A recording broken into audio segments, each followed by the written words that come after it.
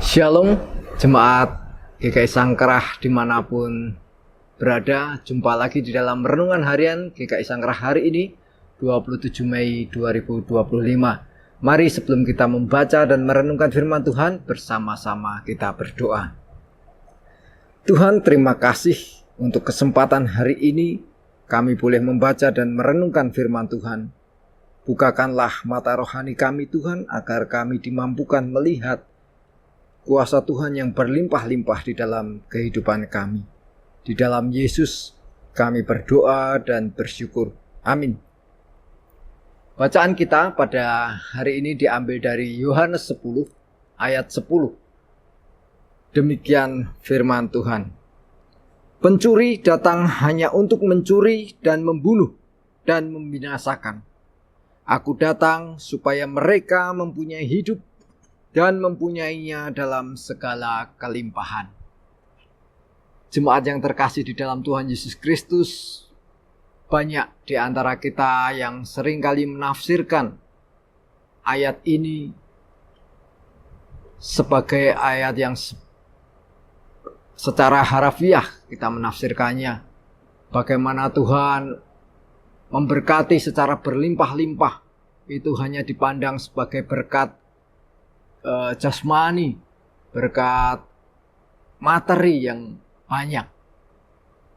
Namun tidak banyak yang bisa melihat dengan mata rohani bahwa berkat Tuhan yang berlimpah-limpah itu tidak semata-mata harta duniawi ini saja. Contoh di dalam Alkitab, kisah perjalanan Abraham yang dipanggil dari tanah Ur menuju suatu tempat yang tidak diketahuinya. Kalau melihat dengan mata jasmani, pasti semua orang tidak akan berani melakukan perjalanan yang begitu gelap, tidak tahu arah tujuannya. Tetapi dengan mata rohani, Abraham melakukan perjalanan itu. Demikian juga kisah di dalam Matius tentang orang Majus. Bagaimana orang Majus mencari Tuhan, tidak tahu di mana tempatnya, tidak tahu di mana alamatnya, tetapi dengan mata rohani berjalan, percaya bahwa Tuhan akan menunjukkan pada saatnya nanti. Perjalanan yang begitu panjang, ribuan kilometer ditempuh, berbulan-bulan, dan akhirnya dengan mata rohani mereka bisa melihat kemuliaan Allah, kelahiran Sang Raja Damai. Bapak Ibu yang terkasih di dalam Tuhan Yesus Kristus, harapan dari firman Tuhan ini adalah kita juga mampu melihat berkat Tuhan dengan mata rohani kita. Berkat yang berlimpah-limpah berupa damai sejahtera, sukacita, kasih karunia yang lain. Berbicara tentang mata rohani, setidaknya ada 4 tingkatan. Yang pertama, tidak melihat tetapi juga tidak percaya. Tidak melihat, tidak percaya, tingkat yang pertama. Kisah di dalam Yesaya pasal 7 tentang Raja Ahaz yang saat itu dikepung oleh kerajaan Aram dan sekutunya. Nabi Yesaya mengingatkan kepada Raja Ahaz supaya Raja Ahaz berdoa mohon pertolongan Tuhan, karena Yerusalem tidak akan ditaklukkan. Yesaya mengingatkan, tetapi Raja Ahaz tidak mau mendengar nasihat Nabi Yesaya. Ia memilih apa yang dapat dilihat secara mata jasmani, yaitu bantuan Raja Asyur yang jelas-jelas mau membantu, kelihatan. Akhirnya Raja Asyur menolong dan Yerusalem pun memang tidak bisa ditaklukkan. Karena itulah kehendak Tuhan. Akan tetapi resikonya adalah Raja Ahaz harus memberikan upeti kepada Raja Asyur. Ada resikonya. Tingkatan yang kedua, Bapak Ibu Saudara, yaitu sudah melihat akan tetapi tidak percaya.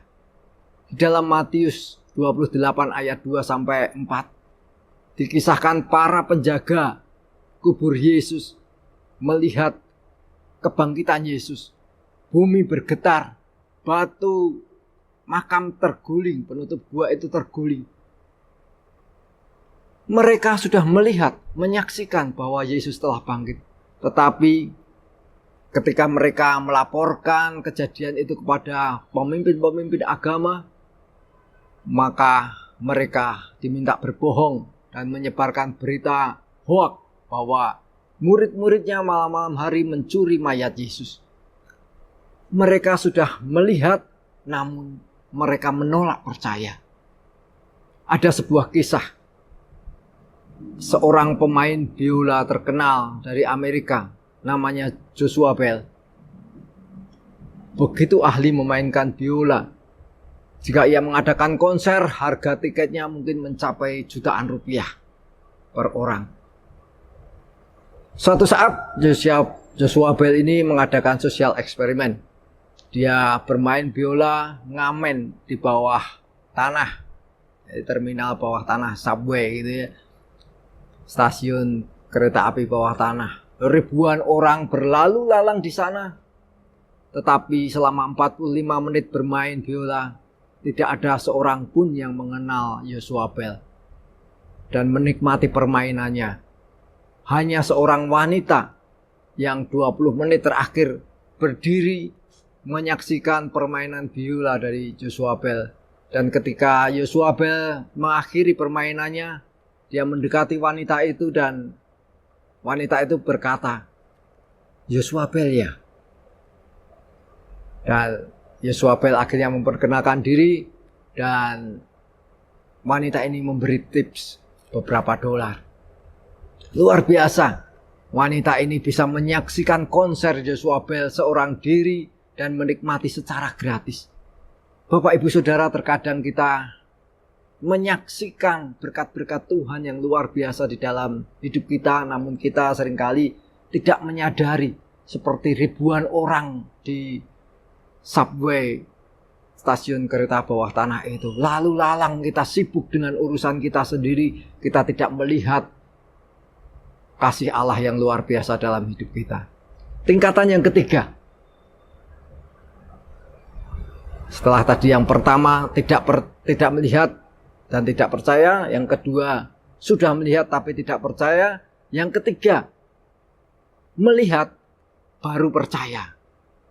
Di dalam Matius 20 ayat 29a, Thomas yang mengatakan bahwa tidak akan percaya pada Tuhan Yesus sebelum melihat dengan matanya sendiri.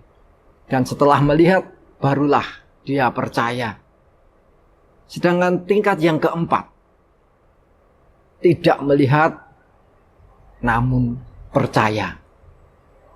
Seorang perwira di Kapernaum, ketika dia memohon pertolongan dari Tuhan, dia belum pernah melihat Tuhan Yesus.